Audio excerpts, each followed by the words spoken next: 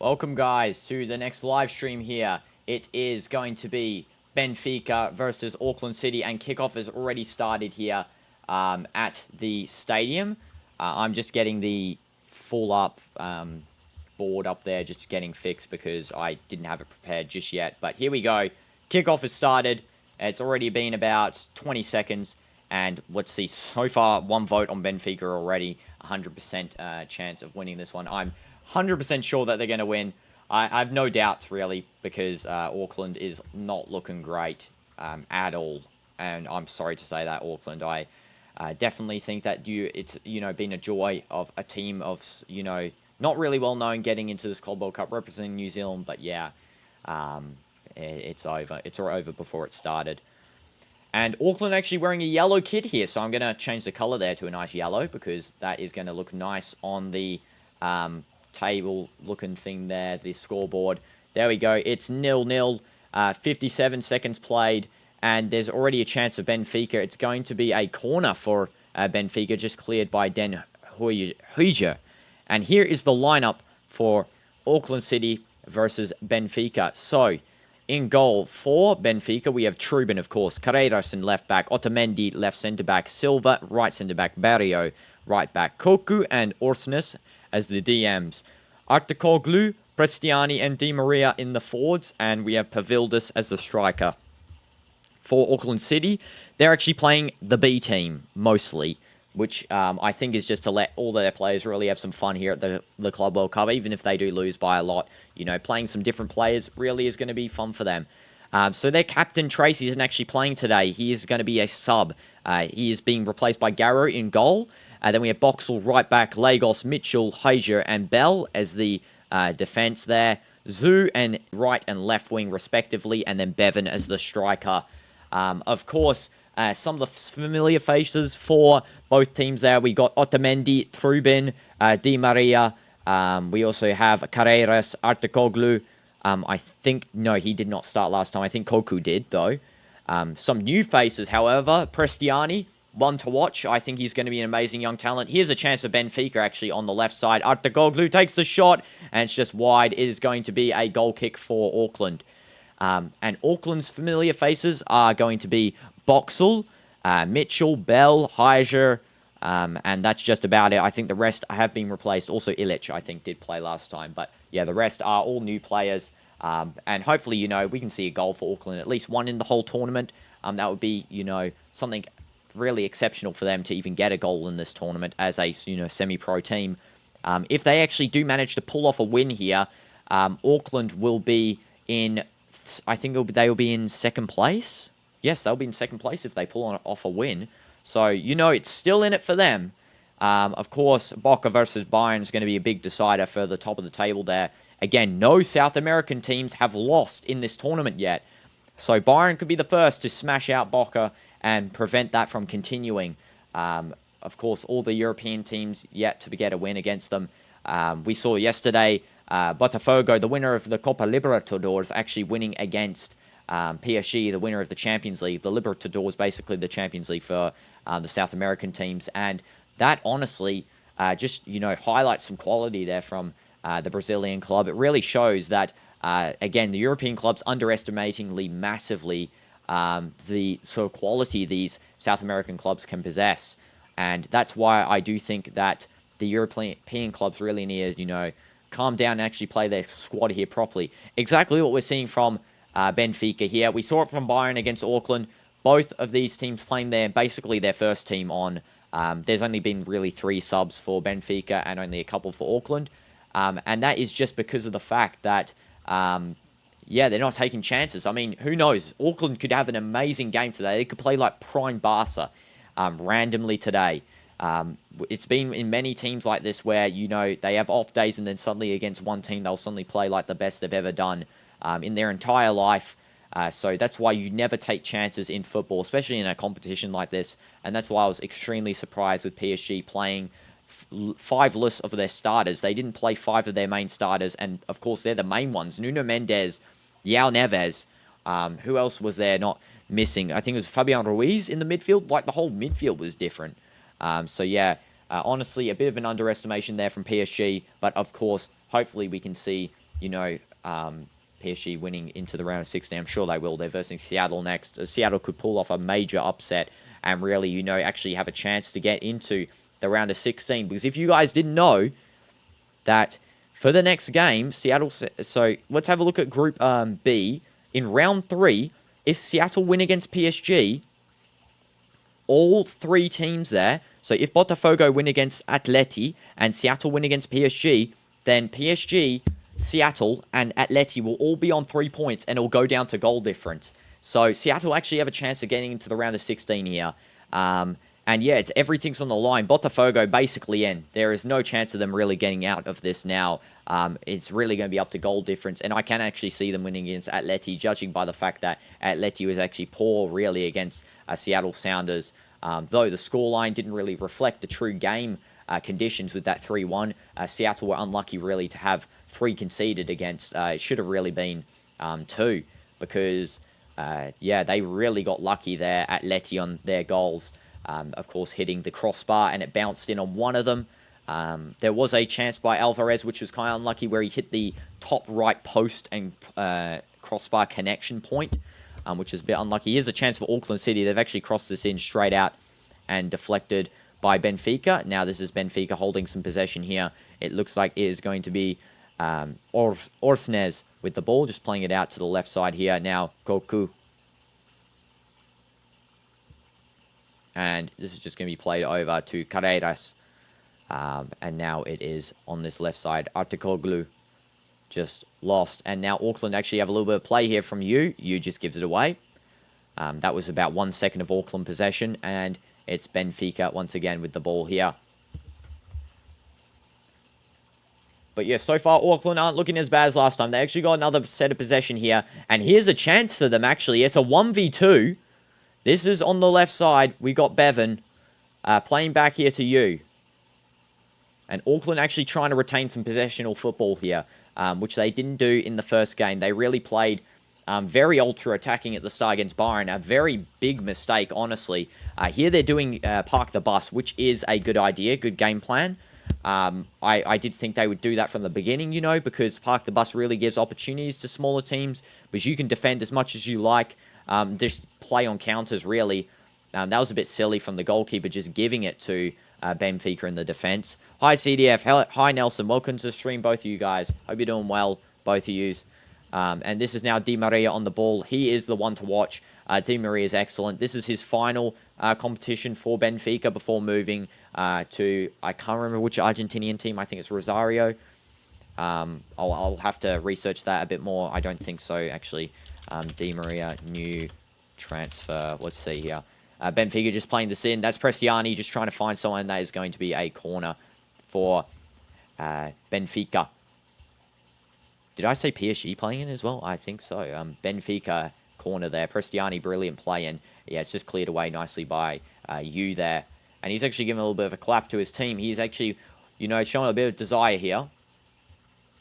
Yeah, he's transferred to Rosario Central after this competition. So, again, correct with that one. Di Maria passing to find Prestiani. Both players to watch in my books now with the ball. Now it's Di Maria crossing that in. It's just cleared away nicely by Boxall. And there's an attempt of a bicycle kick by Otamendi. And it's just caught by Auckland's goalkeeper. That is brilliant from him there. And that bicycle kick was something special there by Otamendi. You don't really see defenders attempting bicies these days, but, he'd really tried it there, Otamendi. He did score in the last match along with his Argentinian counterpart, Di Maria. Both exceptional players.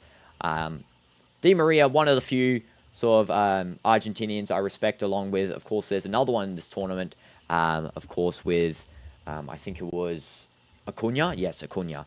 I was just trying to remember. Yeah, Acuna for River Plate. He is such a respectable fellow. Love Acuna.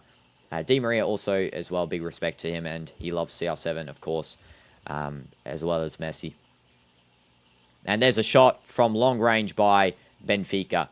Hopefully Auckland put up some fight, and I have to say, CDF, they are putting up fight here. They are actually looking pretty decent as far as it goes to say for the first 10 minutes. They've had some possession, unlike against Byron. They've had possession, and they've actually had, a shot on goal, and they've also had 2 free kicks in the attacking half. So, again, Benfica Hopefully they don't concede first, because that's going to look pretty bad against especially a semi-pro team conceding against them first. But then, Auckland, that's going to be great for their morale. Deserved, getting to this tournament. At least one goal you want to hope for, even if you get a loss here of like 5-1. One goal is going to be your biggest, proudest moment of the tournament, of course. That's another defense there by Ilic, and it's going to be another Benfica corner. And it looks like Prestiani and Di Maria ready to do a nice short one again, which is definitely going to be their sort of main gameplay strat that they've been attempting lately. They're just showing the Otamendi Bicey here once again on replay, and that was a Bicey that's really nice looking. Just hit with his right foot, and it's straight into the path of the goalkeeper, though. Di Maria takes it long, and that's just headed away by Auckland, and that is going to be a shot from long range by Benfica. This is going to be with the ball here. Number 8 for Benfica, Orsnes, and now it's gone to number 10 on this left side. Koku just crossing it in, and Yu clears. Again, Yu is looking like the best player at the moment for this Auckland team. Any reaction to what Javier Tebas said about the this tournament? I didn't actually hear, because I've been just watching the matches. I haven't really looked at any of the post-match interviews just yet, but you can tell me what he said, Nelson, then I'll, I can give my own thoughts on what he said. It's with as well, since the matches are so late for me, I just haven't had really time to look at it. I'll probably look at all of the post-match interviews and comments after once the table's done, we go into the round of 16 when there's less games. But yeah, at the moment, just been focusing on the games. And now this is going to be for Benfica, just playing at the back, gaining some possession here. This is exactly what they want.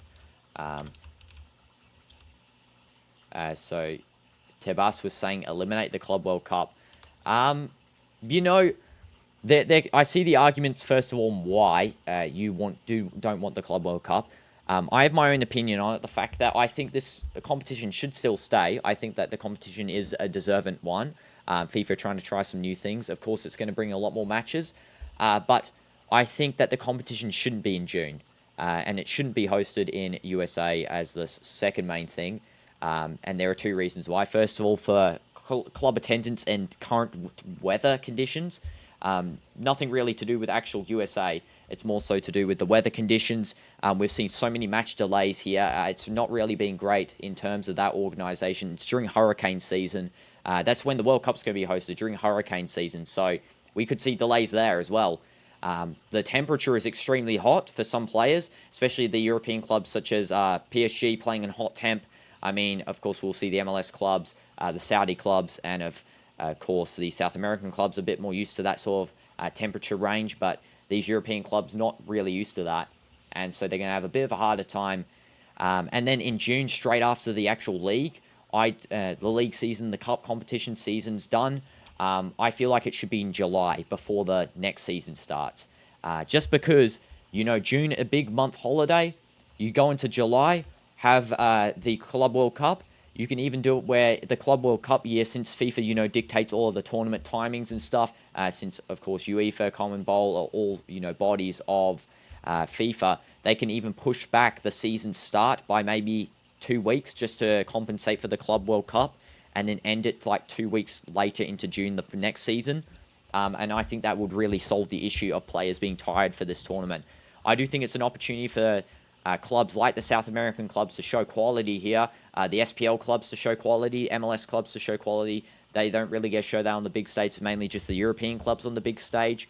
But yeah, and as well, it's providing, monetary benefits to these smaller clubs. Imagine if Auckland get to the round of 16. They're not, as far as I'm concerned. But say they did 1 year, fluke year, they get into round of 16, they've already got triple their squad's value in earnings just by qualifying for it. A goal in this tournament's worth a lot of money too. So definitely, I do see the value in it to clubs, especially. But yeah, my sort of thing is really start the tournament later into July. I don't think start it as soon as the season's finished, because that's giving no break time, really. Even Ronaldo said he didn't want to attend the Club World Cup just because he was too tired at this point. I know he's older than some players, but, Ronaldo peak fitness, really. He is the definition of fitness in a player. and he isn't participating because he's getting tired himself, and he's showing a sign of an injury. And that just shows to me, really, that there is kind of too many competitions at this point, clumped together in one space. But yeah, and then also paired with, of course, these erratic weather conditions, really, the heat, the tropical storms. Hopefully we don't have these types of delays in the 2026 World Cup. That's my main concern. So then we can, of course, cover all games, and then all games can be going on at, different times, not overlapping. But yeah, definitely that's how I see the Club World Cup currently. I don't agree with it being removed. I think it was always here anyway. It's just been expanded slightly upon, just like the World Cup. It's been made more into a more important tournament, which, I mean, it's called Club World Cup. It wasn't important before. Why is it called the Club World Cup and it's not even relevant? Now at least it's got some relevancy, and it's got, hosting that World Cup name with a bit more efficiency. Also, I feel like as well, maybe the team selection has been poor. They should really change how they've selected the teams for this. Maybe place in the actual league winners of the season, the league winners of the previous season, the Champions League winners of the first and last season, like the current and last season, because then we'd actually see clubs that are the world's best, not the self-proclaimed world's best, and half of them aren't actually on form this season. For example, you got like Chelsea in here, which, no offense to Chelsea fans, by the way. Chelsea did excellent in their opening game against LAFC, but yeah, I mean, have they been, winning? Did they win the Prem? Did they win the Champions League? Liverpool not even in it. They won the Prem. So yeah, just to me, it seems a little bit weird, honestly, how some of these have been selected. But yeah, Sporting 2 leagues in a row for Sporting Portugal, and Porto is placed in instead, and Porto is in horrendous form. They are very bad. They were probably the worst team in this Club World Cup so far. Dortmund as well. No Leverkusen. Dortmund's in it instead of Leverkusen, who got the unbeaten season. Again, don't know why. I mean, Dortmund did get to a Champions League final, but still, Leverkusen deserving just because of the fact that they came first and second in a 2-year space. It is a cooling break right now. I'm actually going to get a drink myself just because I had no break between my previous 2 streams. Let me know what your thoughts are on the Club World Cup, guys, though. I'll be 1 minute just grabbing my drink, and I'll be back, okay? The camera won't even go off. That's how quick I'm going to be. Let's go. Cooling break here, though.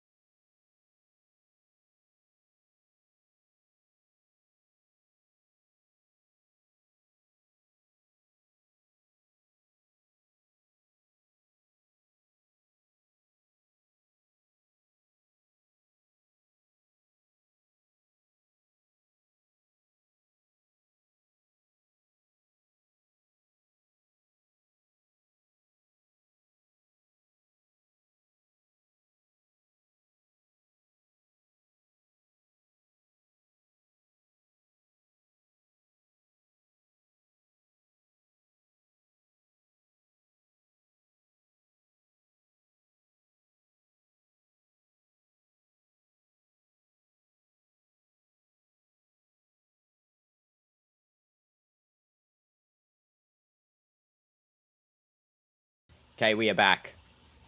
We are back here, and something's happened. We've just seen a little flash there of something, and it looks like it was just a miss by Benfica, and, yeah, Auckland taking a goal kick just out to the left side.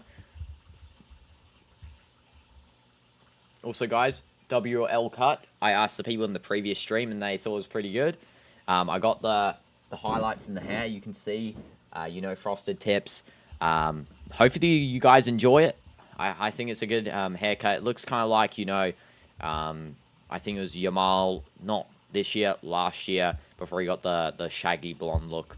But yeah, I did like, Miles' hair. I do like CR7's noodle hair, of course. I don't have the same hair type as CR7, so I couldn't get the noodle curls, but this is as best as I could get for my hair type. Of course, not trying to copy Ronaldo, be my own person. And that's a shot from long range by Benfica, and it just goes out. Di Maria just attempting that one, and it's going to be a goal kick. And Auckland's, one of their only fans in the crowd, gives the goalkeeper, Garrow, there a ball. Auckland only got about 40 fans in the crowd there, unfortunately for them. But how sweet are their fans, giving the goalkeeper the ball, giving him a little bit of pat on the back there. W Auckland fans, honestly, for being, really showing up here, showing up for their team, and just having a little bit of praise for them, regardless of whether they lose 10-0 to Byron.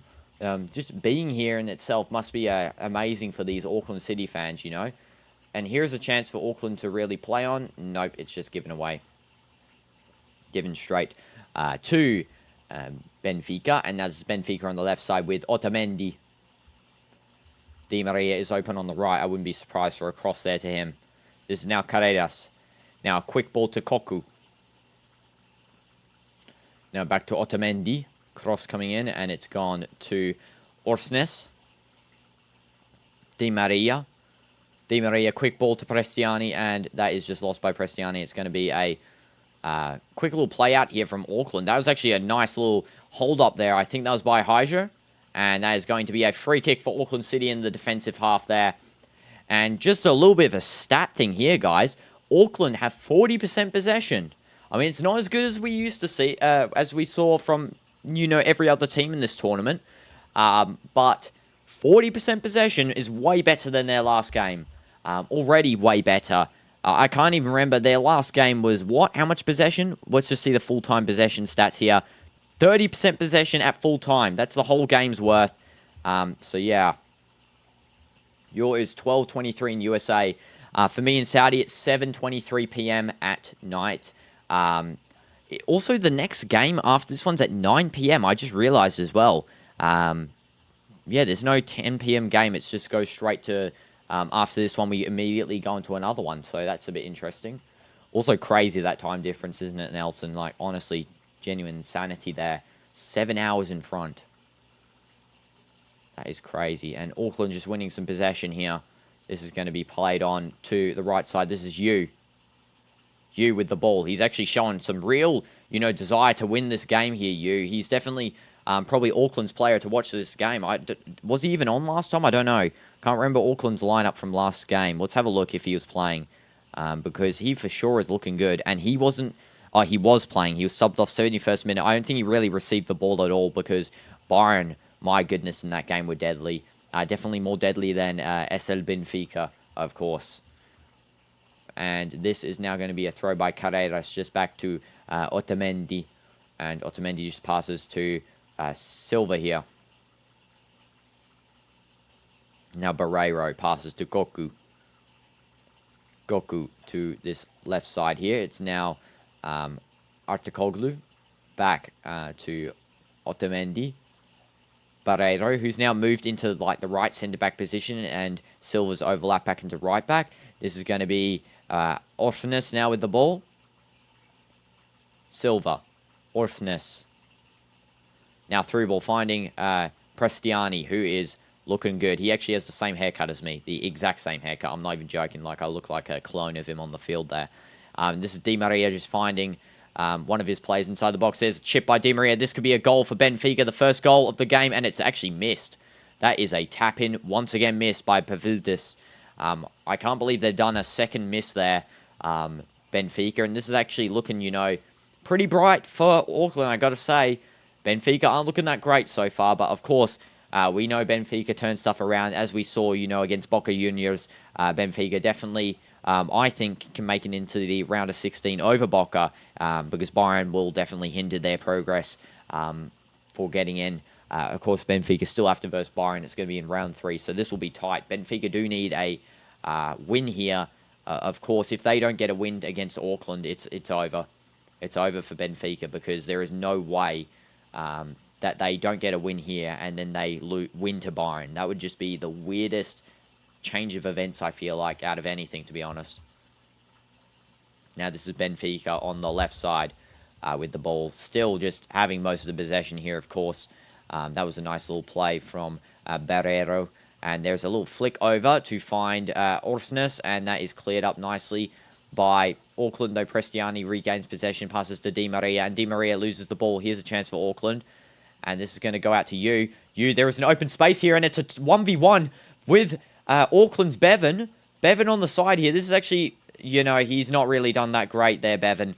He should have really passed that off a bit quicker. But, yeah, Auckland on a bit of a counter chance. And this is what I'm saying. The The park the bus and then counter press, which Botafogo did yesterday against PSG, is super effective against the European teams. Like, I don't think these European teams can handle that sort of play. It's really looking difficult to play against because you really just wait for all of Benfica to full commit onto an attack here. You just defend the heck out of an attack, and then you just go and kick the ball straight down the field to a player who's just sitting up at the top. This is actually kind of how the lower SPL teams play against like Al Nassr and Al Hilal. We saw, Al Hilal, how they played against Real Madrid with their tiki-taka. How the lower SPL teams win against them, such as Al Fatah and that, is the exact way these guys are doing here, where they play ultra park the bus, and then they just kick the ball straight up the field, and then there's one guy waiting up there. Definitely a good strat for lower, lower quality teams. Definitely enables, more counter chances and attacking chances. This is a chance before by Di Maria. Pavilda's just missing, a tap in, and that is no goal for Benfica. The Benfica fans actually in the crowd look very annoyed at that one. But Di Maria doesn't look happy that Pavilda's actually missed that. But yeah. Is it all Asian countries with 7-hour difference? No. So there is a different hour differences with different countries. For example, I think India has plus 3 hours on mine, so it'll be a 10-hour difference to USA. China has like a 14-hour difference. And same with Australia. They've got like a 14, 15-hour difference. New Zealand's got almost a day difference because of how far away they are. New Zealand always in the future compared to USA, especially in like California. They're New Zealand in the future. But yeah, not all Asian countries. Also, some are less than Saudi. For example, Turkey, which the part in Asia is 1 hour behind. And Dubai, which is in front of Saudi and Qatar, is 1 hour in front. Or should I say UAE, not Dubai. Dubai's a city. Learn geography, Dino. Got the geography A level. Yeah, I still refer to Dubai as the main location, UAE. And here's a chance by Benfica, just passing here, finding Di Maria. Di Maria should take a shot himself, and he does. A curler, blocked by Auckland nicely. Back with Di Maria. He's going to take another one, it looks like. No pass down to the right side. There's a cross coming in, and it just goes to no one. And this is going to be nothing, because Benfica actually do reclaim this back. It looked like it was going to go out. This is Koku. Cross by Koku. Trying to find Pavilda's just headed away by Auckland. Yep. Prestiani. Now on the right side, that is a bad cross there by Orsnes. That is not good. And so far, yeah, Auckland having a result here. 30 minutes in, no goals conceded. If they can get to halftime with a 0-0, I will be proud of them. I will actually be very proud of them for getting to halftime with a 0-0. Because that will be, genuinely a great achievement, especially against Benfica. Such a strong team, second in Liga Portugal. And a semi-pro team coming 0-0 is definitely what you want to see in football. These types of games, these types of lucky chances. You love to see it. And this is Di Maria's chance from before. Yeah, the cross just not reaching. Pavildas again. Yeah, Otamendi actually tries to slide in there for that as well, but no luck. And now this is going to be a cooling break once again at the Orlando Stadium. Orlando definitely still a rain cloud over it, just in the distance, but I'm sure there's going to be no real concern for a tropical storm due to the storm actually passing over and no longer being there. We did have 2 delays at this stadium, but yeah, there is a hydration break at the moment for both teams because it is actually hot in Orlando, currently in Orlando, Florida. Very humid, hot temperature. And that's the difference really between even Saudi and USA in terms of heat. You got Saudi with the dry heat. That's why even SPL teams need the cooling breaks, here, because you got the humid heat and it's not great. Auckland City have learned their lesson while playing European clubs. Exactly, Nelson. That's what I'm saying. This is what they should have done, really, when there was when they were versing Bayern. Park the bus and then just go full counter-attack when Bayern lose and commit over, I don't think they did it. They didn't do it at all against Bayern. They played normally against them. They played really aggressively, which was not great. That's the 10-0 there. And then now against Benfica, learning their lesson and playing park the bus football. which you love to see, you know. I mean, some say it's boring. I say, you know, it's a tactical advantage for the smaller clubs. Because, like, right now on the field here, you can have a look at Auckland's player positioning, and there is only one player up the field, and they're going to be the one receiving, you know, those counter chances. They're going to be pacey compared to Benfica centre-backs. They're definitely going to pick a, you know, very pacey player, and, of course, that player is going to have at least some quality in finishing. Now, I don't think Bevan was the right choice in striker, to be honest, because he hasn't been looking great. What I will say is maybe bringing on someone like, you know, Ellis, who was playing last game. I think Kilcolly was playing last game. De Vries was actually playing for Auckland. I know he was playing as the main striker last game. He should have really started for a second time. Maybe he's will adapt to the flow because he was playing against Byron. Maybe this will be a little bit more advantageous to really have him playing. But, yeah, at the moment, no, that is not the case. Bevan will be starting. I think Bevan also started last game because Auckland, yeah, playing, like, I think 5 at the front or 4 at the front. But, yeah, now they're just playing, you know, the simple 3. But in reality, it's more like a 1 at the front and 9 at the back. This is Auckland throwing in the attacking half. And Benfica win possession through Di Maria and Orosnes. And this has gone all the way over to Otamendi. And now Carreras with the ball. Carreras back to Otamendi. And Orosnes. And now to Di Maria. Di Maria find Bresciani. Again with the overlap there. Nice by Bresciani. Orosnes gives a cross. And that is cleared away nicely by Auckland. Actually, it's a good clearance because it does allow them to bring possessional play out here. And then it's just lost by Auckland's left wing, who is Zeb, with the highest rating on the field. Zeb has a 7. Tied with Otamendi for the highest rating. Zeb and Otamendi both with a 7 rating. Yeah, W Auckland for actually trying against this one. I gotta say. Impressed. Zeb now going to take this throw-in. There is a referee chat here with someone. It looks like that the referee is chatting with number 4, Silva, for Benfica. Let's have a look why he's chatting with him. Yeah, he just goes and shoves Bevan to the floor there for absolutely no reason. What's bro doing? Come on.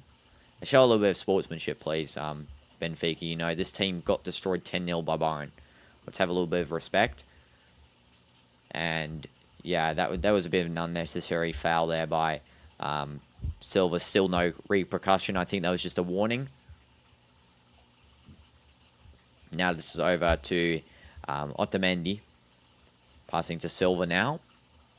Silva over to this right side here. It's Di Maria. And it goes out for a Benfica throw. And it looks like Zeb just does a good little tackle there.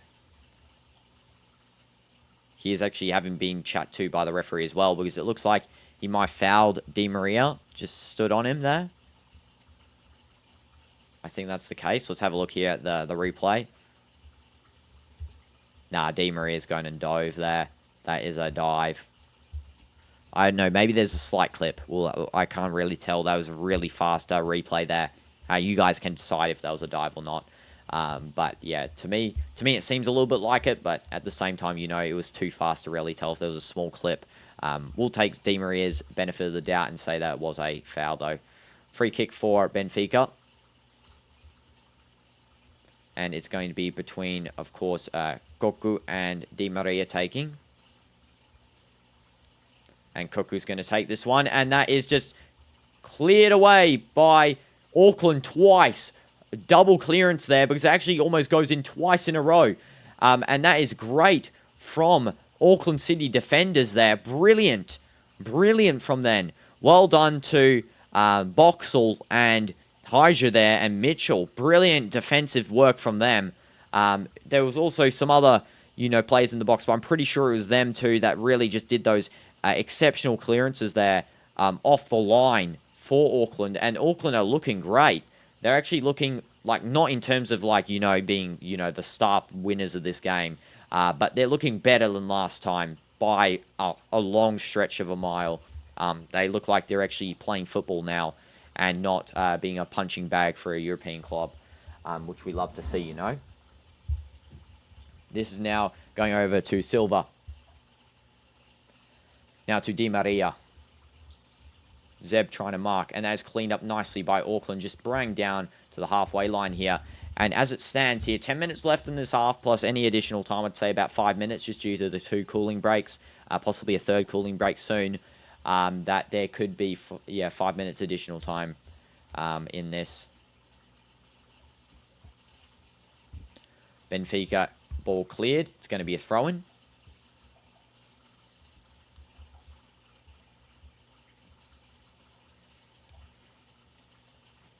And guys, if you enjoy this type of commentary, if you want to see more of this, we are streaming every Club World Cup game live. There is one at 9 p.m. today. Don't be confused. It's not at the usual 10 p.m. I don't know what that time is for you guys. 10 p.m. KSA is the regular time.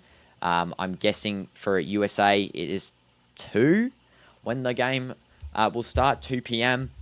But yeah, it's instead of 2 p.m., it's going to be here at 1 p.m., I think. I think it is. I don't know. I don't know what time it will be for USA when it starts. I think it's either 2 or 3 p.m. It's 1 hour before the usual start time, though, guys. That's just in awareness for you. And now this is Benfica. Prestiani. Mimicking my haircut. Long ball by Benfica, just saved brilliantly by Auckland sub-goalkeeper Garrow. Now, I don't know if he's the starting goalkeeper. He's 20 years old. He's looking pretty good.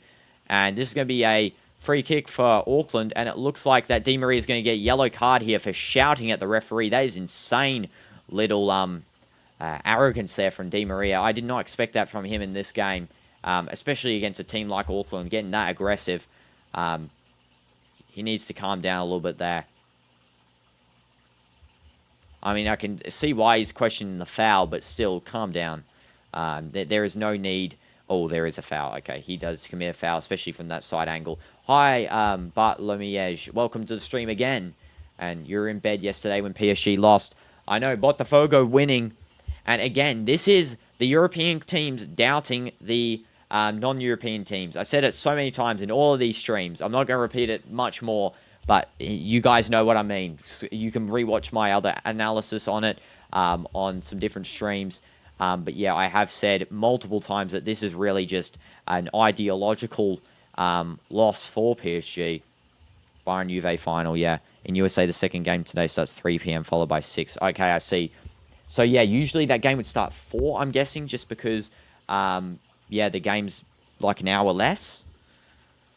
Yeah, definitely Bayern are looking good. I could expect Real Madrid, you know, if they get back into form with Xabi, they spending more time with them, but we'll see. And yeah, 6 and 9 p.m. for you guys. You guys are lucky in USA that you get to watch these all during the day. But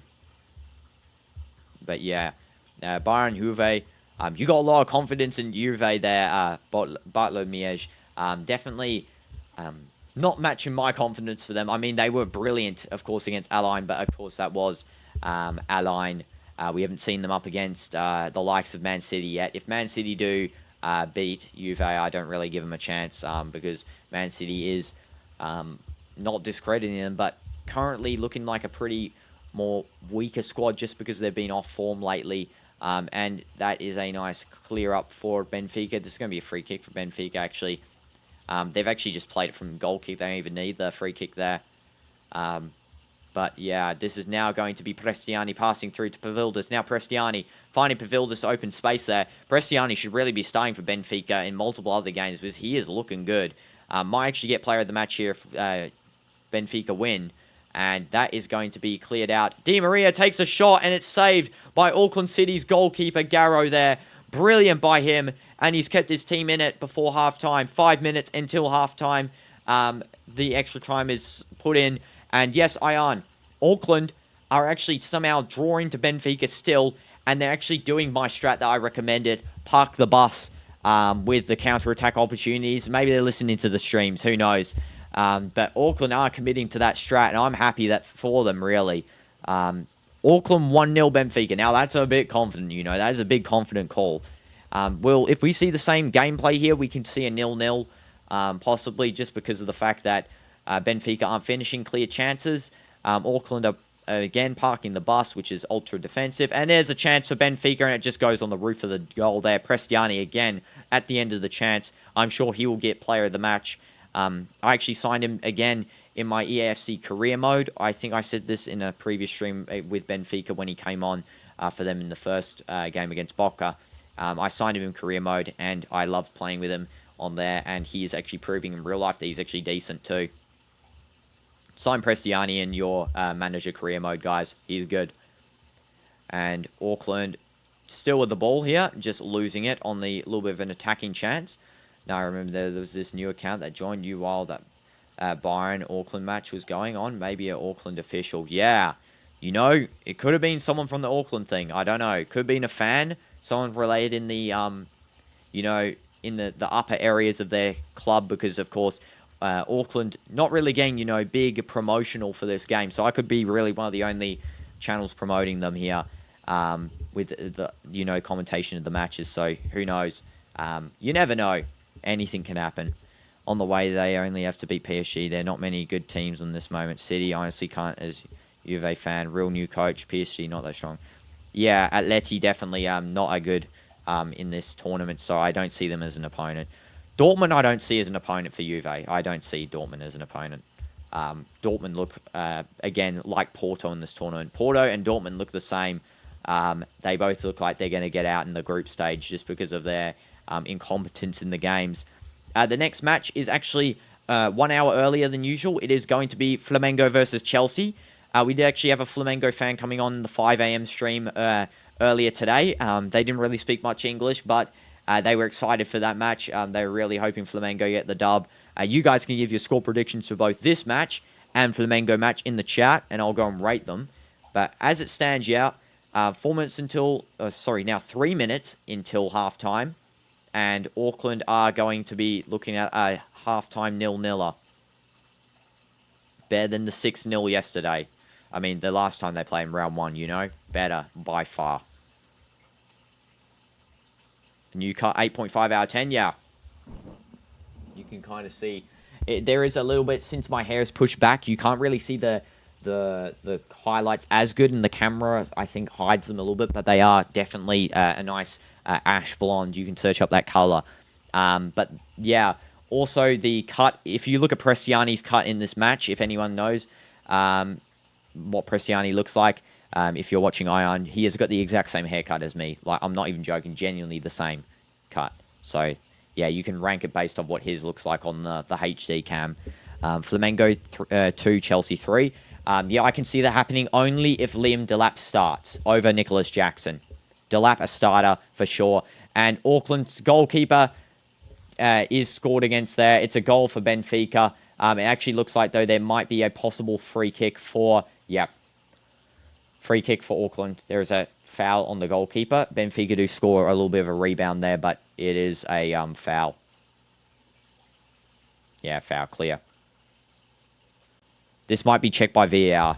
I think it might be checked by VAR. We'll have to see. It looks like it's going to be a free kick for Auckland. The goalkeeper's just rammed straight into by the Benfica player. And, yep, it's going to be a free kick. No, they're going to check. Yeah, they are checking. So this looks like, yeah, definitely a foul on Auckland's goalie. And it is going to be a free kick, yeah. I'm proved right. I was unsure adding that goal on anyway. The official scoreboard added on the goal, and then they removed it after about 0.1 of a second because they realized the referee's call. Again, Benfica are a bit embarrassing here, not getting a goal against Auckland halftime before them, because they are a semi-pro team. You saw that ash blonde highlight in the Delta in stream. Yeah. Yeah, the highlight throughout the whole hair as well. So it's just really the lighting in my room probably doesn't highlight it as much. But yeah, definitely there. Smash like for new hairstyles. And now this is Auckland just passing at the back. They've actually gone into more of an attacking formation here for just the remainder of the half. I don't know if that's a good or bad idea, because you don't want to get scored against just before halftime, you know. But there is the chance, you know, with how Benfica are playing, Auckland could jag one before the halftime whistle's blown. There is a foul here on you, just the ball booted straight into his face. But I think it'll just be a drop ball for Benfica. Doesn't look great. Auckland's coach looking a little bit worried here for Zhu, definitely he's been the best player on the field so far. And yeah, he's just got the ball booted straight at him by Benfica's number 3 there, Carreras, just kicking it at his face. Not really that good. There's 3 minutes additional time here. 3 minutes additional time. And both Auckland and Benfica fans are clapping for the 3 minutes. And hopefully Yu is going to be okay. Hopefully he doesn't come off because he is their best player. Yeah, Benfica. You know, Benfica in their match against Boca looked very strong. But now they look weak. It's actually... I don't know what's happened here. They've collapsed. I mean, they are playing again a weaker squad. I mean, it's not really that weaker. They've got nearly the entire A team. It's unlike PSG the other day playing half B team. Benfica with like 90% A team on right now. Prestiani, I consider an A team player, even though he is technically on the B team. I would consider that. There is a check for you here for a concussion. Yeah, who knows? There is going to be, 4 additional minutes of added time. You might not be able to continue here. The referee and the medics for Auckland just having a bit of a chat with them here. Seems like Yu's going to not be continuing, unfortunately, guys. It looks like he might have a concussion. Yu's saying he wants to play. He's saying no substitution. The medics are saying substitute. The medics are saying substitute, and he says he doesn't want to come off. He's saying it's only a mild little thing here. He's actually shouting at his medics. He's saying he's actually begging to them. He's saying, please don't substitute me. He's begging to his medics not to be substituted. He's saying, please don't change. The coach does not want to see those Zhu be injured. You know, the medics are, it looks like he's going to be subbed off, unfortunately, against his will here. I don't know what the coach will do, but he looks so sad here, Zhu, that he wants to continue playing. I have no idea what the decision's going to be here by Auckland's team. This is I've never seen before, a player begging to be on. Like, he's literally on his knees begging.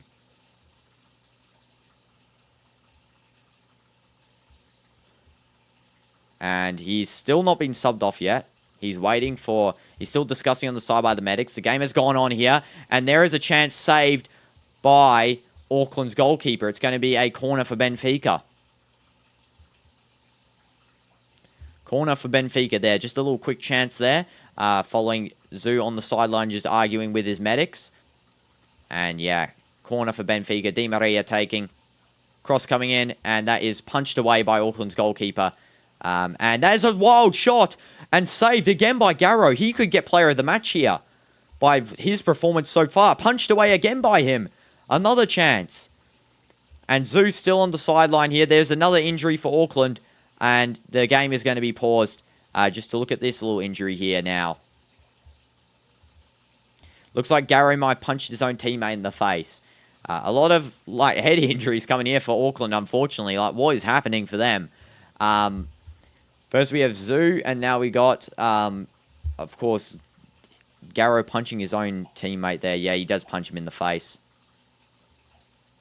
Koku's volley is saved initially by Garrow there. Brilliant save by him. And let's see if Zhu's going to get subbed off. Is he or is he not? There's going to be a yellow card coming out here for someone. I think it might be Carreras getting the yellow card. I don't know. I think it's a yellow card for complaining to the referee. Waiting to see if Zhu's still staying on this field. I do think he should. I don't think it's that big, the concussion, because he is shouting. So, I mean, if he's really shouting, I don't know. And it's actually for Alvaro Fernandez that gets the yellow card. And he's going to miss next match due to accumulation of yellows. Di Maria, cross coming in. And that is going to be cleared over. It's going to be a goal kick for Garrow and Auckland. Probably one more minute of additional time, guys, just because of that little argument with the medics on the field.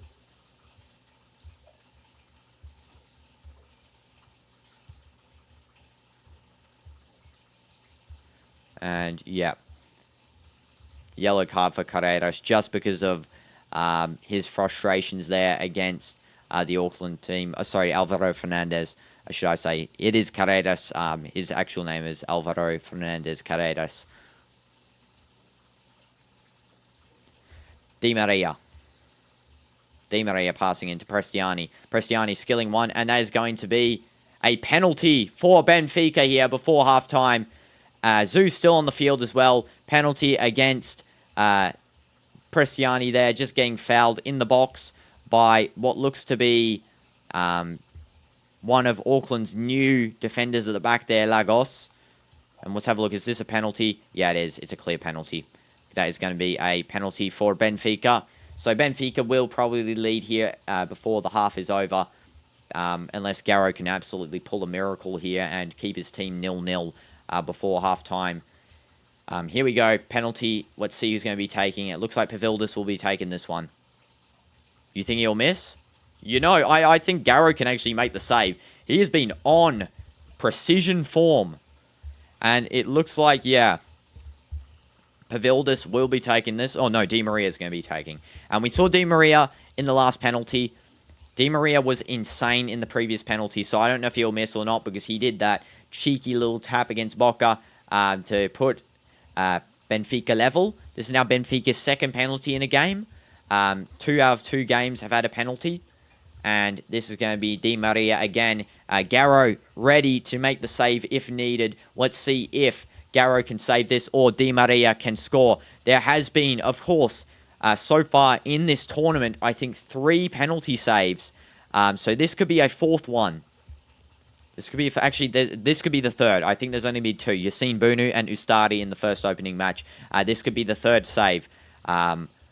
Ustari almost got the 3rd save in the previous Inter Miami match, but this one could be now the 3rd because he did not save that other penalty, Ustari, against Samu, the striker of Porto. Here we go.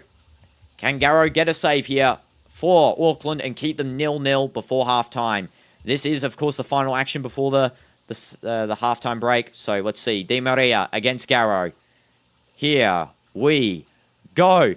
And he scores. Di Maria, 1-0, ice cold again. It's the perfect penalty again. He's just done a little dink into the bottom right. And it's 1-0 for Benfica before halftime. Once again, Di Maria goes and makes a big impact before halftime with a penalty. And yeah, it's just a light tap in. Sends the keeper the wrong way. You can't actually tell which direction Di Maria is going to go with his penalty because his foot isn't angled in any sort of direction. I can see Garro's thought going left side when he did go that way last time. But, of course, Di Maria has tricked him here, gone to the right back post. And it's as slow as the previous one. I think the previous one was a little bit slower.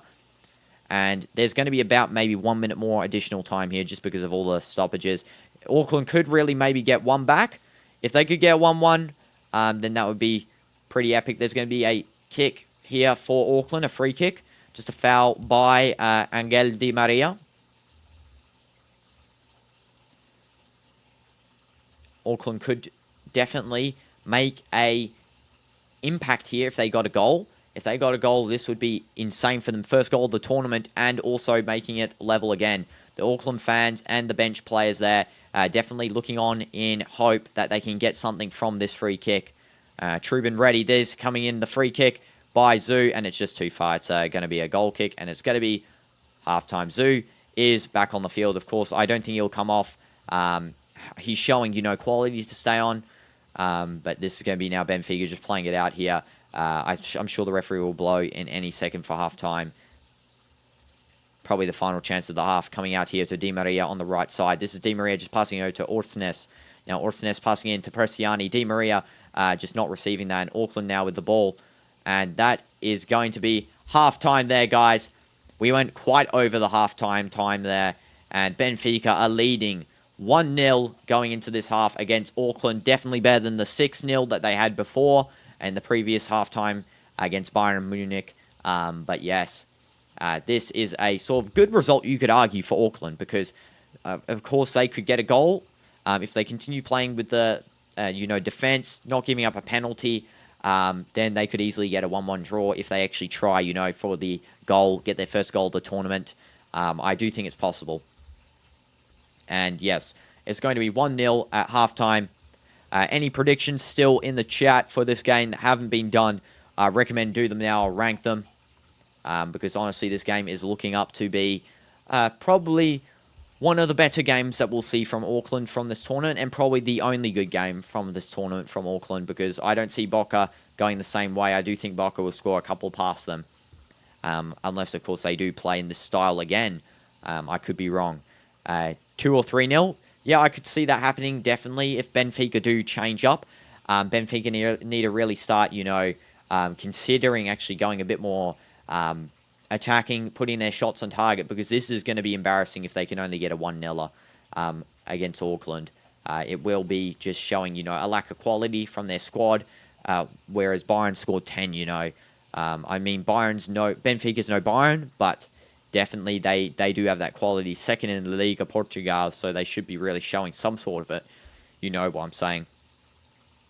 But yeah, that is going to be a halftime. Let's read out the stats. Auckland have been so much better than I expected given the Bayern match. Yeah, definitely. That Bayern match, when I was watching it, I thought they're finished in this tournament. They're going to get like a goal difference of -30 or something. The changes made. Garro as a goalkeeper, instead of the regular goalkeeper Tracy, has been exceptional. He is showing a lot of quality. He is young, 20, and he's showing a lot of quality. He's made a lot of crucial saves. I could really see him becoming player of the match, to be honest. But yeah, W's to Garro, first of all. I definitely agree with you, AML07. Definitely Auckland playing that, nice low block, defensive play, going on the counter-attacks when possible. We've, of course, seen good from the wingers. Bevan should come off. He's not been great. Yu's been great. David Yu, of course, having a complaint because he didn't want to come off there. But it was Zoo, actually. Zoo was the one complaining. But Yu also been great. So both that right side, that winger link up there between Zoo and Yu has been exceptional. Zeb's been also pretty decent. The defense has been okay, but Garro definitely my player of the match so far.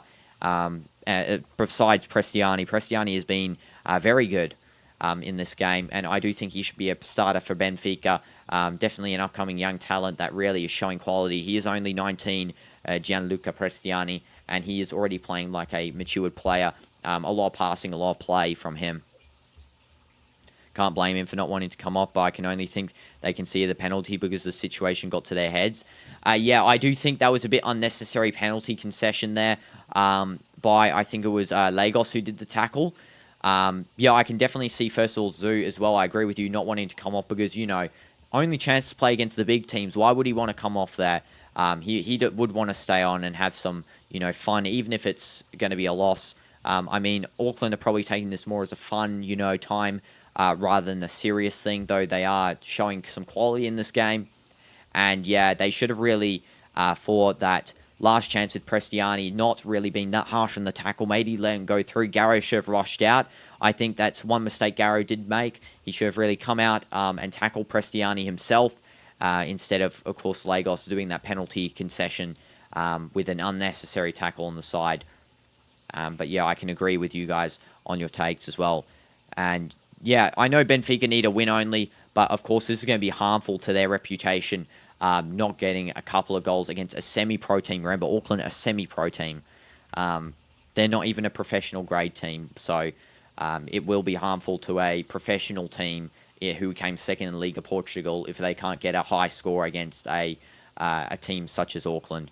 But of course, I'm proud of Auckland, having roots in New Zealand. I am definitely proud of them with their performance so far. So W's to Auckland for their performance in this game. And there is a rule that if the medical stuff say you have a concussion, then you aren't allowed to play for a couple of weeks. I feel like I remember that, in which case he'd be heartbroken if he had to go. Yeah, I know. I don't think he had a concussion, though, just by the fact of the way he was acting. Definitely didn't seem concussion-like, but of course, that was a hard shot by Carreiras into his face, Zoo there. So, of course, there is the checks for precaution. There is the concussion rule. I think it's just the match. You don't play for the match, and then you have to do a second test after the match, and if it's persistent, then you're not allowed to play. I think that's the rule there. I know definitely the referee is the one that makes that decision over the medical staff advise the ref. That's why the ref was there with the medical staff.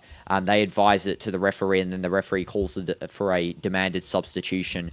And yeah, he would have to be subbed off. But I think he has showed the medical staff here that he doesn't need to be subbed off. I mean, just acting like that really shows, you know, really there's no need to really take him off there. He did want to play, and yeah, he would be heartbroken. Prestiani, let's have a look at this pen from him a bit. You know, I gotta say, he did look a little bit of a dive there from Prestiani. I don't know if you guys saw that. I mean, you can definitely argue a penalty, but it looks like there's actually zero contact on Prestiani. Maybe the slightest clip, but yeah, it is a penalty. There's no changing the game now. 1-0. And what happens if he did a Kepper and refused to come off? I don't know. I think the security have to force take him off. I think that's what has to happen. I think it's happened before with a different game. I can't remember who it was. I don't think it was that Kepper game. I think it was a different one where someone refused to go off. I think it was in the Saudi Pro League. I think it was one of the Al Nassr players refused to come off, or Al Hilal players refused, and then the security took them off. Oh, it's in AFC Champions League. If you guys know Al Balehi, you know the guy, you know, that completely tries to mess with Messi, Ronaldo, Son, the Al Hilal centre-back from Saudi. Yeah, he refused to come off in an AFC Champions League game after getting a red card. Same situation, of course, as a concussion force substitution. And the security, I think, had to take him off that game.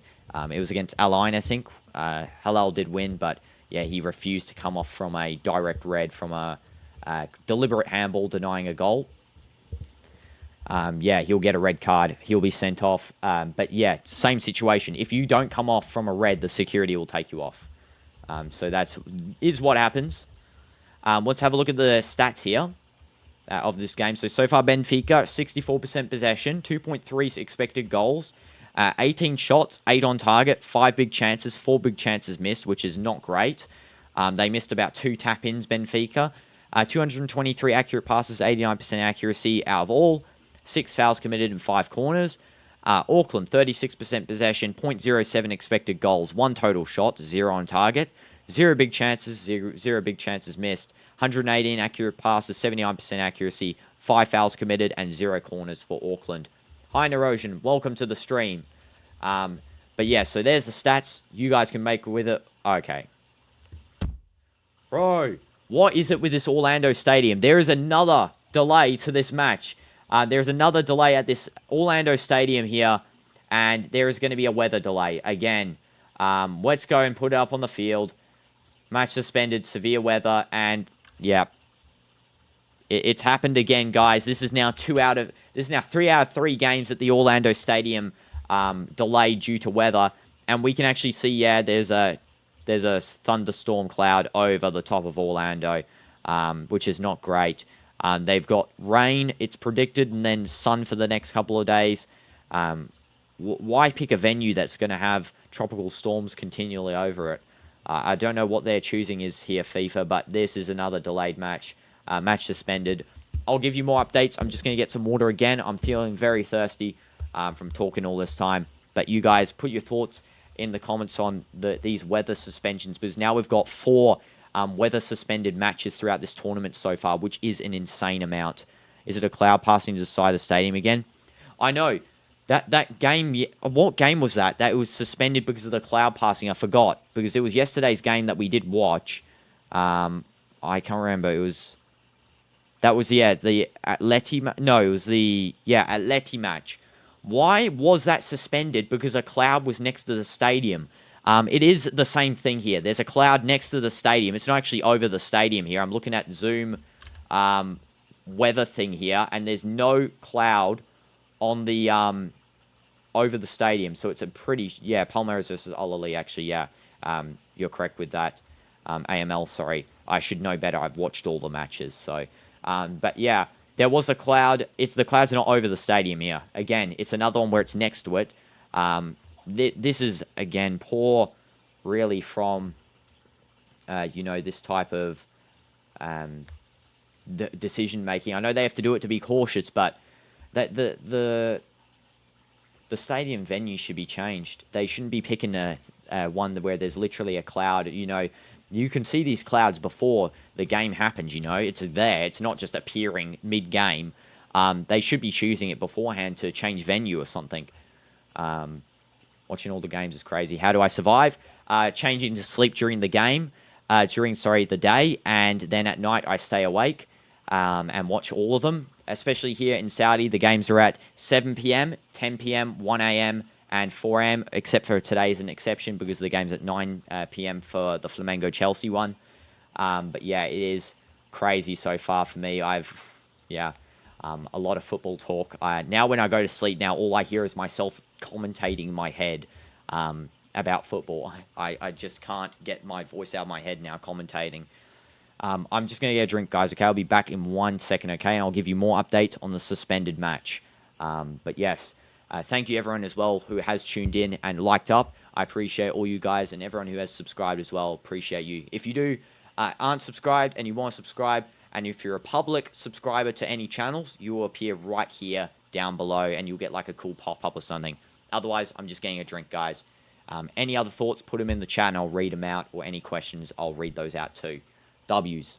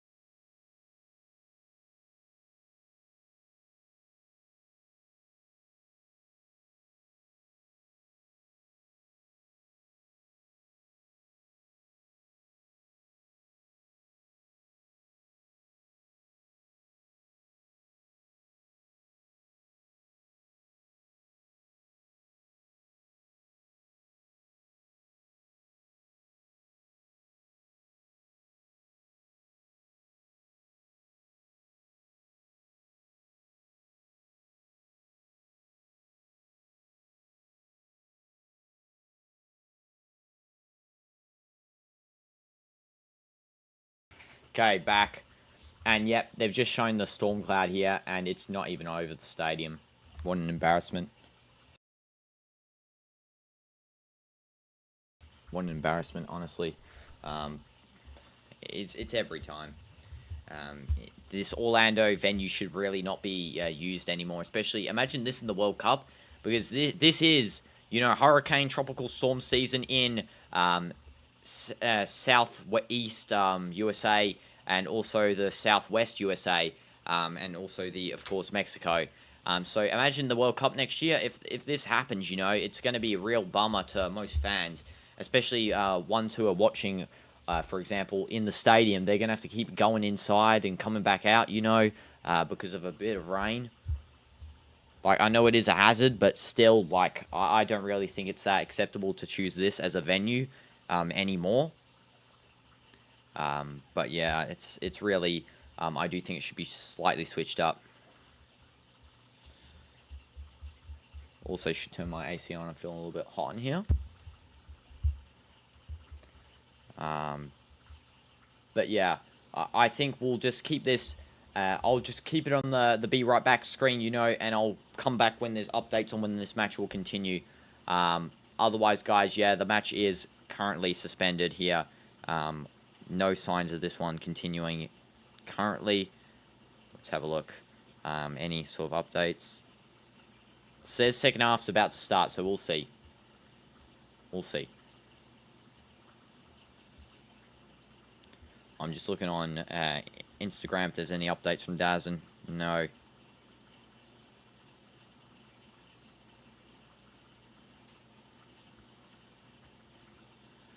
Nothing here.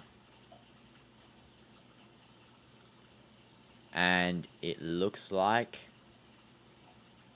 that, yeah, they're going to show replays of different games here. I think this is going to be suspended again, maybe another 30 minutes of suspension, I can see. Definitely.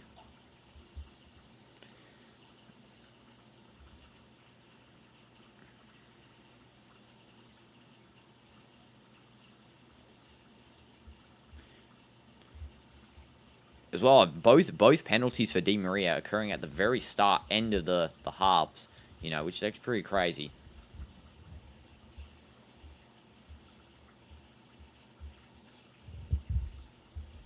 Definitely been clutching up, I got to say.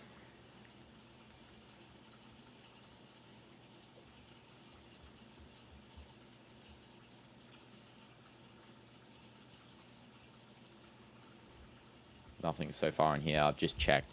Yeah, no information, guys, at the moment on when this will recontinue this match. Just, we have to hope that's going to recontinue, not another hour wait. That'll only be 30 minutes or so. If this match does get delayed over into the next one, we'll have both matches streamed on the same stream. So that stream already is up, Chelsea versus Flamengo. So make sure to keep that one on the side if you want to continue with me here on the commentary, of course. But yeah, this match is going to be interrupted for the time being. And we'll see how long it will take until a continuation.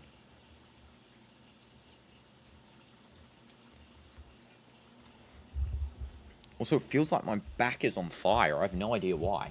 Why does my back feel like it's on fire? Okay, don't know. It like suddenly felt like it heated up extremely a lot there. It felt like there was something burning behind me, but nope. I don't know what that was about. There's no fire on my chair? No? Okay, good. I'm all good. Just me imagining stuff.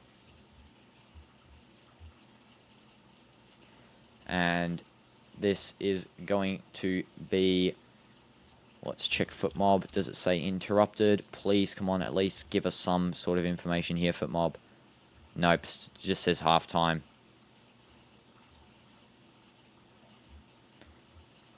Well, at least we know Inter and Co Stadium's probably going to have interruptions every time that something's hosted. But yeah. Match suspended, severe weather. Let's put that up big there so you guys can see it. I'll just go to the bathroom, while this is occurring. And we'll be back, of course, when the match is restarted. And or just before it as well. So W's, guys. Match is suspended, severe weather. It is going to be continued today. Don't worry. No one's going to see this match be postponed to another day. That it never happened. Again, scheduled tournament. This can't happen. So this match is going to be continued very shortly. But again, another suspension here at the Inter and Co Stadium in Orlando. I don't think it's wise really to host games here anymore, just because of these continual suspensions at this stadium. But it is already scheduled out. Just hopefully for the World Cup next year, this can be sort of sorted out a little bit better. But yeah, I'm just going to go to the bathroom, and we'll be back with some updates on the reschedulement of this match to possibly another 20 minutes.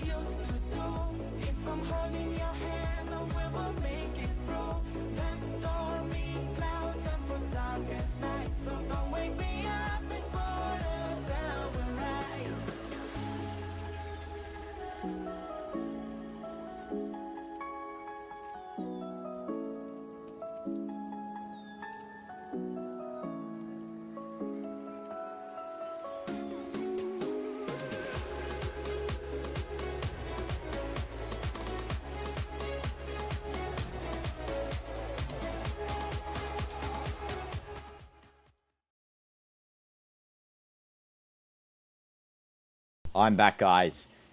We are back. Just let me set up everything in here, and then I'll, put the thing on. I'm just getting the... Okay.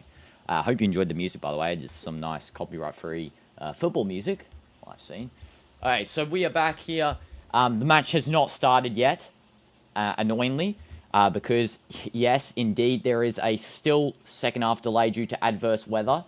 So the match is still going to be suspended. I'm actually going to change this from saying...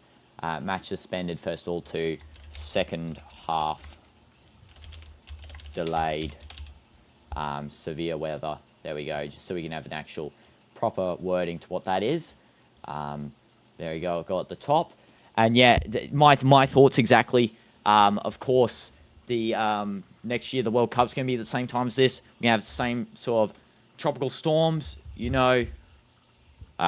bro, let's go.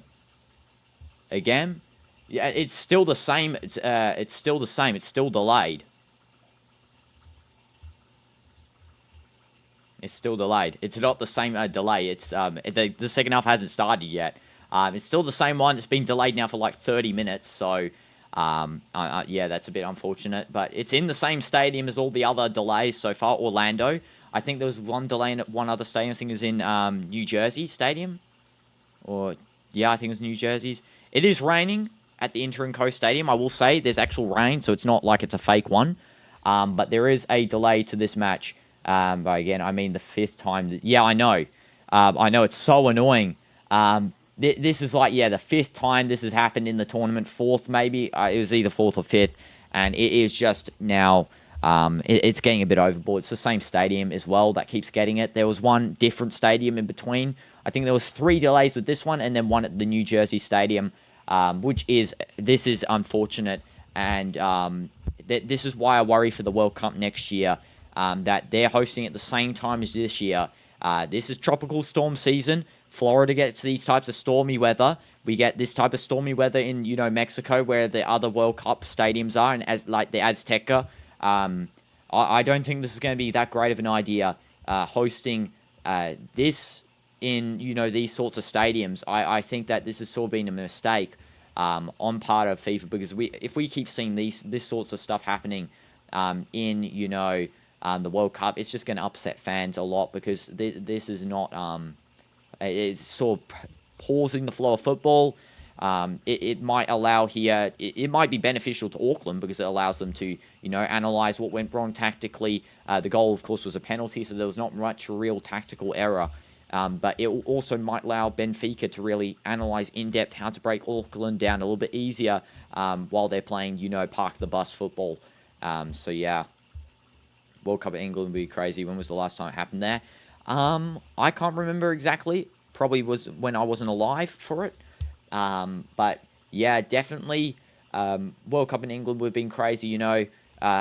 There's also next World Cup, 2030 World Cup in Portugal, Spain, Morocco, and then also the Centurion games, I think, are in Argentina and Uruguay, like the first opening 2 games, which, I mean, I don't know why that is. I know I get it's like the Centurion celebration, but it's just going to cause, teams flying from Uruguay to Morocco and Portugal and that, while some teams are already there training. Yeah, Saudi, great option. The grass looks dull from the cameras. I would say only for some of the teams, though. Like, if you look at Al Hilal Stadium, if you look at Al Nassr Stadium, the grass is definitely high quality.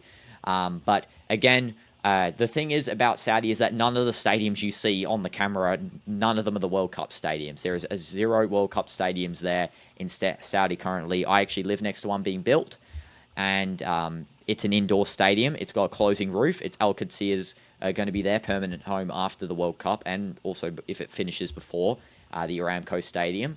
But yeah, it's going to have a closing roof. It's going to have a park outside. The grass, highest quality, 90k capacity stadium, I think, or 80k. The biggest stadium in my region, because the current biggest stadium in my region is 40k capacity, which is not big, or 30k. Actually, it might even be smaller. It might be 20k even. I don't know. It's a small stadium, the one in my region. But yeah, there are actually a few football teams where I live. There's Al Ettifaq, Al Qadsir, Al Khalij. Then we have a couple of second division teams also nearby. Ettifaq is right next to Qadsir's new stadium. Like, their stadiums are about 10 meters apart from each other. There's Ettifaq's, road, Qadsir's. Qadsir's dwarfs Ettifaq's. Ettifaq's is the biggest stadium in the region currently, like 25k capacity. And yeah, Qadsir's is 80k or 90k. So you can see how much that would be. 2034 Cup in Saudi would be crazy. Yeah, I know. I would love to, streaming inside of every stadium too. I would be doing that. Hopefully we can do that for the 2031. Possibly 2026. I'll have to see. I do really want to. But of course, that is the big goal of the channel. So every sub counts, guys. Every like counts on the videos. W's to everyone who has. And this game does not look like it'll start for another hour, it looks like, unfortunately. So that means we will be shifting over, to the other stream shortly, like in maybe 20 minutes, 25 minutes. But for now, we'll just wait here. We'll wait until and see what happens. I'll give you guys the latest updates on this stadium delay. This kickoff delay here at the Lumen & Co Stadium in Orlando, the home of Orlando Pride in MLS. Again, we also saw that the highest rated player in the game so far is a tie between Di Maria and Prestiani. Prestiani, of course, with our goal, so his rating is technically better based on statistics. The highest rated player on Auckland is Garrow, the goalkeeper, with 7.3. He is doing exceptional. And speaking of likes, you got to smash that like button. Yeah, smash that like button. W's, Ion, W's everyone who has as well. But yeah, this is looking weird. This is a Chelsea-Flamengo match at 10 p.m. my time. No, it's actually 9 p.m. my time. That's why I was saying 25 minutes, and then we might have to switch over. The match is actually earlier than the usual times. 9 p.m., Flamengo versus Chelsea. I don't know what's made them do the kickoff 1 hour earlier, but they have chosen to do that. The lineups for both teams. So for Chelsea, the lineup is Sanchez, Gusto, Chalobah, Colwill, Cucurella, Reece James playing CDM. Caicedo, CDM as well. Cole Palmer, right wing. Fernandez, Cam. Pedro Neto, left wing. And of course, Liam Delap is starting his first game for Chelsea, and he's amazing. He looks so good. Hopefully the Benfica players fall asleep and forget to come out, so Auckland win by forfeit. Yeah, exactly.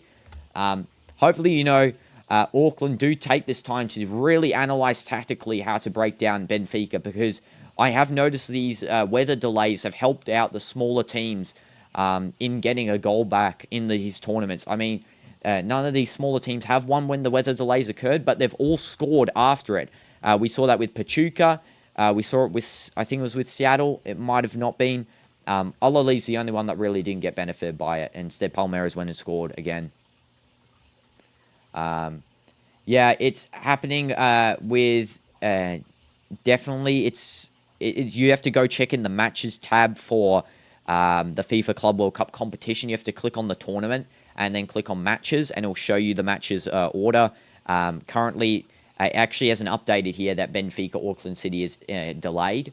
It just still says half time, but Flamengo Chelsea is scheduled 9 p.m. my time. RJ playing CDM is disgusting. I know Reece James CDM is not great. Rather, we're Cucurella playing CDM, Gusto playing left back, and Reece James. Yeah, so that I really agree. I actually think that Cucurella will be a better suited fit to the left defensive midfield, especially since he does overlap in these sorts of games. He was overlapping against LAFC. He was coming almost into the striker position. That's how far he overlapped in and inverted. He's also great on the, of course, going past Neto onto the left wing side, providing a passing opportunity. Myself personally, I just have a negative feeling on Cucurella. I really just don't really like him too much. But yeah, Reece James, unfortunately, he really as well got subbed off in that LAFC game, and he wasn't even doing that bad. I wouldn't sub off the captain, in those sorts of games. Yeah, he can play anywhere except striker, goalkeeper, and right wing. Exactly. Cucurella really is a versatile player. My feelings against him aren't anything to do with his playing, because he is an exceptional player. But yeah, it's just other reasons. Reece James, yeah, not suited for right defensive midfielder. Delap, I can't wait. I can't wait to see Delap's full debut, because he was excellent when he came on. He provided that cross to Enzo. Enzo finished in nice and lovely. Cole Palmer wasn't great in that LAFC game, so hopefully, we'll see a bit more from Cole in this game. He's got the quality. He is one of the best upcoming talents, in my opinion. He is so great. He looks like he's not even trying when he's playing, to be honest, and that's, so good for a player if they have that much talent that they actually don't even look like they're trying. So, yeah, great for Cole Palmer, honestly. I love him. One of the players I look up to in this new generation, Caicedo was excellent as well. Yeah, I know. Cucurella, team player, though. I have to say he's a team player. The main reason I don't like him is actually because of the one incident with Germany, and then how he acted with it. It was a clear handball by him in Spain. Otherwise, for Chelsea, I don't have a problem with him really in Chelsea's team. I think he's fine with Chelsea. Just in the national team is a little bit frustrating. He was actually playing decent in the national team. How long is the delay? So these delays have been around, I'll just check on the screen if it says anything. It just says, restart as soon as possible. So these delays, we've had 4 of them so far, and all 3 of them in this stadium specifically, because there's been 3 delays in this stadium, the Lumen Coast Stadium, and they've all been 30-minute delays. The delay in New Jersey, I think, was a 25-minute delay or a 20-minute delay. The New Jersey delay was not that long. The Lumen Stadium one, though, was a 2 30-minute ones. This one, we don't know how long it is yet. There was actually, yeah, one other delay. I just remembered in Ohio. That delay was about an hour long. So that was the longest delay so far. I think that was the Sundowns FC game. Though that could have been in this stadium. I can't remember. There was an hour-long delay in one of these stadiums.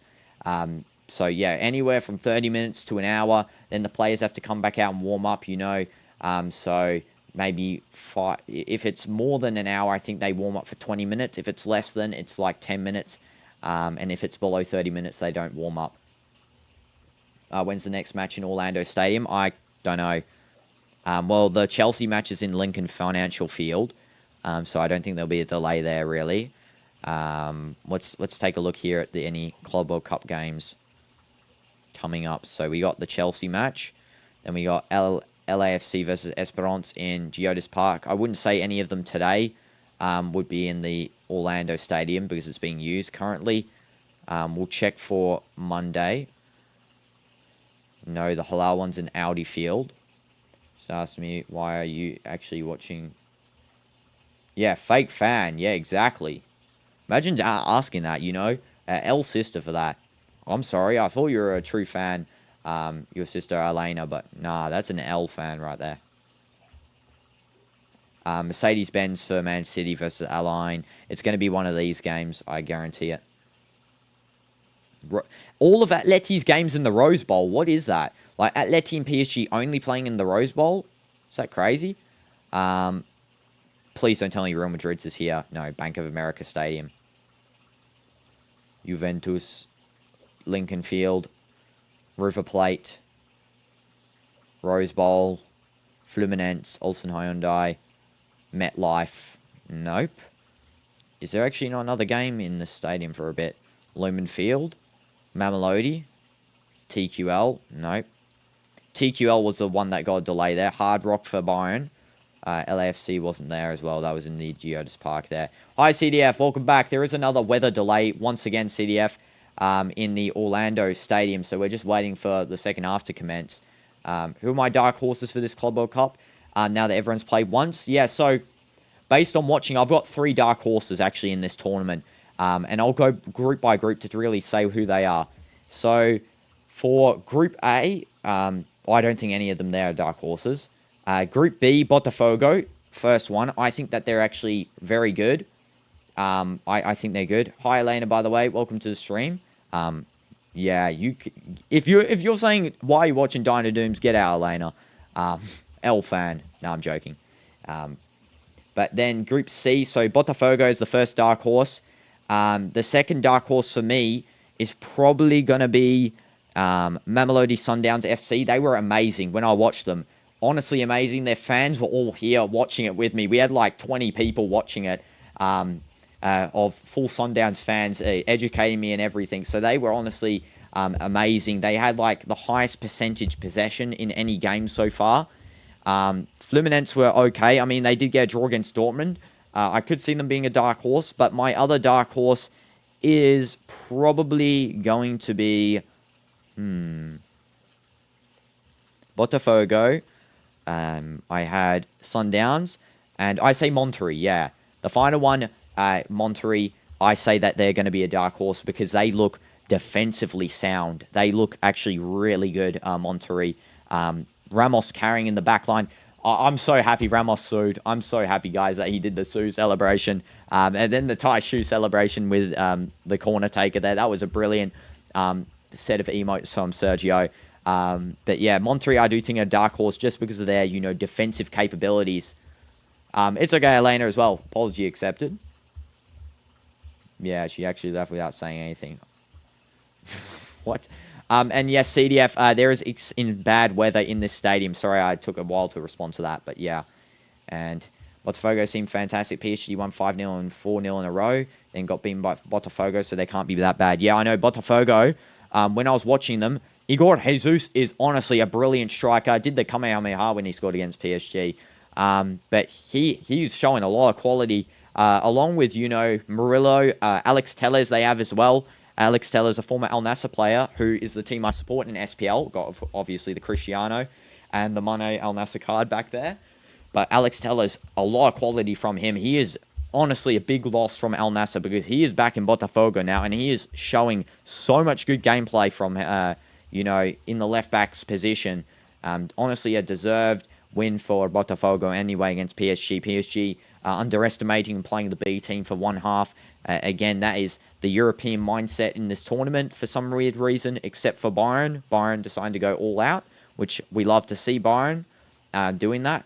I know, and that really might be why Bayern might take this further, into the final, because Bayern showing the only mindset of just playing the first team and destroying a team. Like, why is no other team doing this? I don't get it. Like, PSG playing they're that confident in winning that they play the B team. Like, come on, even if you won Champions League, you can't be too confident in any football match because anything can happen.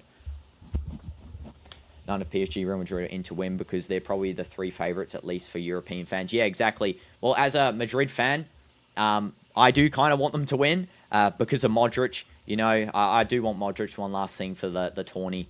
But in terms of other dark horse, a lot of people underrate Al Hilal. Of course, they're representing SPL football. I did wish that Al Ittihad was in this tournament because I'd rather support them than Al Nassr's direct rival. Ittihad, if they're in this tournament, they're in better form than Hilal. Better coach, better squad. They're actually going to get Pogba, possibly, Ittihad. So imagine that link up, the French link up. Laurent Blanc as the coach, Benzema, Moussa Diaby, Kante, Ayor, and Pogba all playing on the same team there. That is insane. You'll take, definitely not PSG. I think Real Madrid just for Modric, and Lucas Vazquez. Guys, Lucas Vazquez severely disrespected. He is clutching up by playing in the right back as a right wing. I know he's not good in that position, but he's taking one for the team. And why is Inter Miami here? The criteria to qualify, I've said it so many times, wasn't great. I mean, I don't want to keep rambling on about it. But yeah, we are missing, key teams. But Ittihad, I would have rather supported than Hilal in this tournament just because of the rivalry with Hilal that Nassr has. But Hilal is representing SPL football, and I hope they do go at least to the quarters just because they have that quality. They can beat Juventus or Man City, whoever they get paired up with in the round of 16. I'm sure Real Madrid and Hilal will get to the round of 16. There's no doubt about that. Because they're both the best teams in Group H by far, unless, of course, there could be a major upset with Salzburg and Pachuca. But yeah, Hilal quarterfinals for me. That's where I want them to stay and not go further from that. Because Hilal going further, and then I won't be really supporting them anymore. I'll support them up to a point because of SPL football, and then that's it. Yeah, you're not getting supported any further. And what's up with the Vazquez hate? Like, he's doing what the team wants him to do. Yeah, the problem is, though, he's actually bad at it. He's not doing exactly what the coach is asking for. He's sacrificing one for the team. That's how I think of it. He's taking one for the team, but he's not doing it well. I mean, what's better? At least Modric isn't playing right back false, because if Modric's playing there, people start hating on him, But Vazquez, being shoved into the right back and taking one for the team, and now he's going to be, leaving as the unsung real, keeping the rest of this Real Madrid squad really tied together, because him taking that right back position and not someone else, except for Valverde occasionally, but him taking that up has really, deflected blame off the rest of the team, and it's put it all on him, and he's really, kept the Real Madrid squad majority safe from any blame. I did expect, though, Trent to play the whole 90 minutes last game, so I don't know why. We had Xabi Alonso subbing back on Vazquez into right back. I was thinking, what are you doing, Xabi?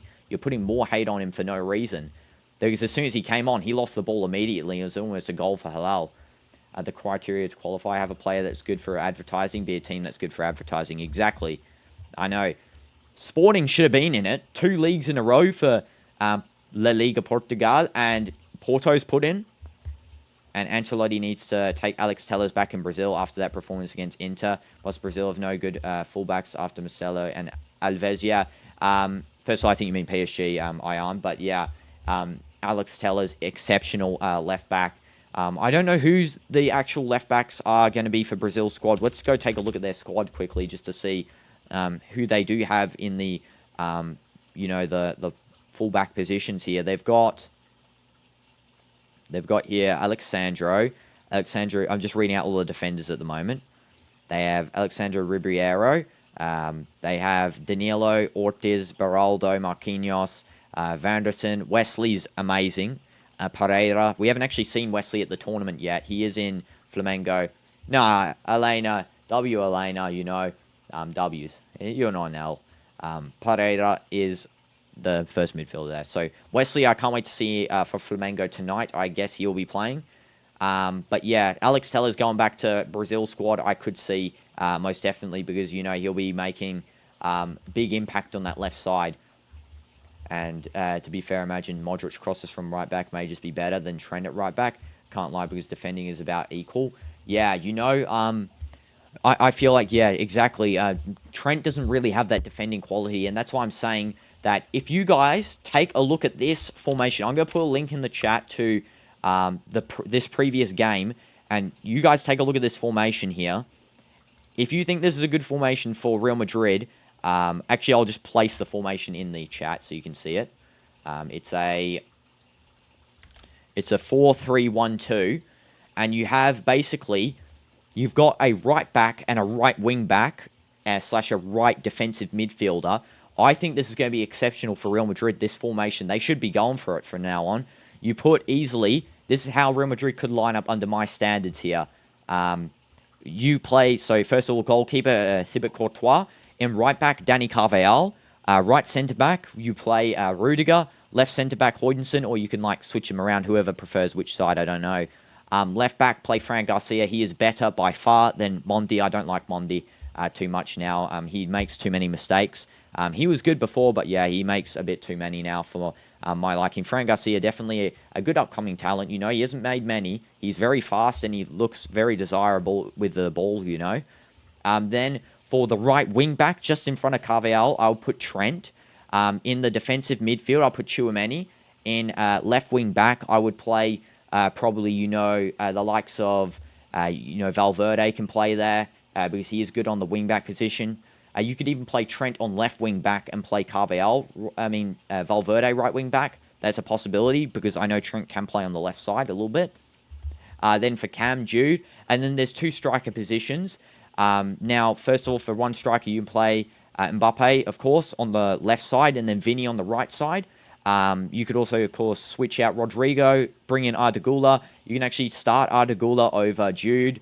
Maybe sometimes you can alternate and have a double cam instead of a CDM and put Jude and Arda on instead of Tchouaméni and Jude. But yeah, I do think that is a better formation overall for Real Madrid because, you know, you're fully having the defensive capabilities. We've got good defensive players. Carvajal is the best right back currently for me for this team, better than Trent. Trent's more of an inversion of a midfielder because we saw in that first game where he comes really deep into the midfield. He's not actually defending, so yeah, we really have to see what Xabi Alonso will incorporate. It also allows Xabi Alonso, you know, to play very passing football because there'll be lots of overlaps. You have Trent maybe coming up into Cam and Jude dropping deep.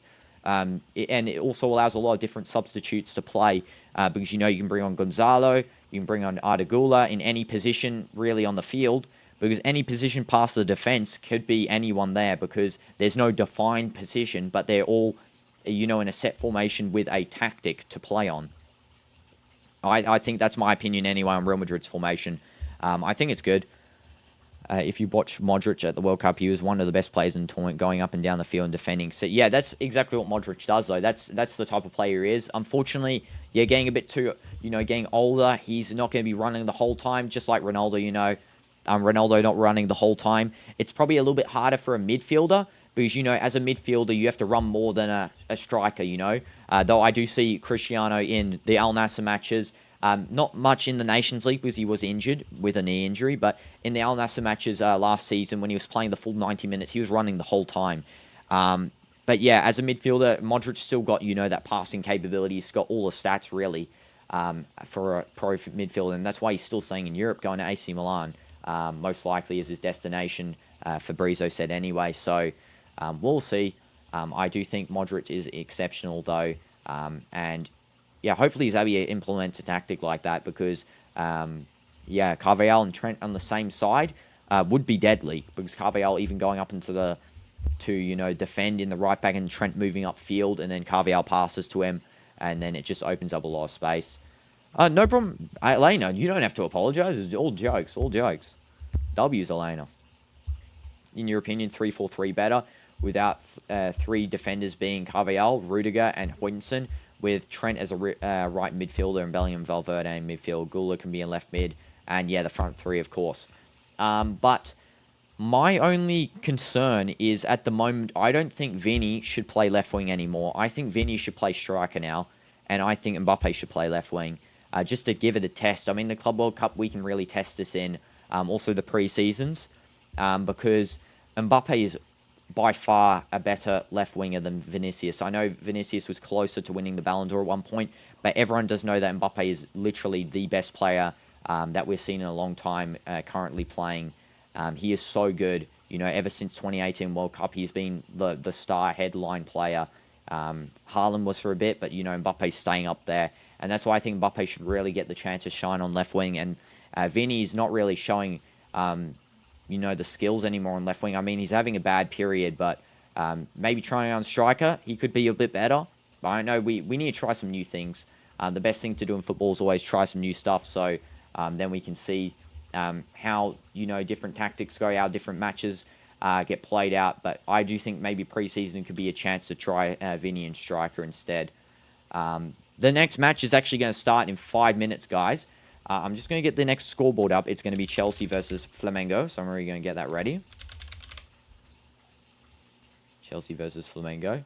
But Mbappe without that. I don't think Mbappe got really a big ego. I think Vinny got a little bit more compared to Mbappe. Mbappe is definitely, I would say, a little bit more quieter on the field. If you watch Mbappe a lot, because I watched all of Real Madrid's games this season as well, and also the Champions League games, I feel like Mbappe didn't really talk much to, the referee. He was very quiet on decisions. The others were, when the ref gave a red card, they would all, get aggroed, and attack. Mbappe got a red card in one of the games in La Liga. He just walked off the field nice and calmly. I mean, it was definitely a very, very clear red card, but yeah, I mean, Mbappe does show a little bit more quiet composure compared to everyone else, and that's why I like him a bit more than Vinicius as a player anyway, just because he's a little bit more composed, and he likes to keep his cool, and therefore he's more respectable by the other team. Other teams respect him. They think he's all, very good. All of Madrid's game next, that is going to be a very big challenge. I'll try the Champions League games, maybe not the league games, just because there's so many. But we'll see. We'll see. I really have to just plan it out with not going, interfering with, my university Arabic studies I'm going to do. The other streams, IRL streams, travel streams, all those sorts of stuff. We all need to balance it out. But yeah, I'll try to do something. We're going to flip over to the next stream, however, guys, because of course there is another game starting very soon. So I'll see you guys in the next stream. We're going to do both of these games at the same time, okay? So W's everyone in the chat, and yeah, we'll see you in the next stream. It's already up, so you just hop on over there and like up that next stream, guys. Subscribe if you haven't already.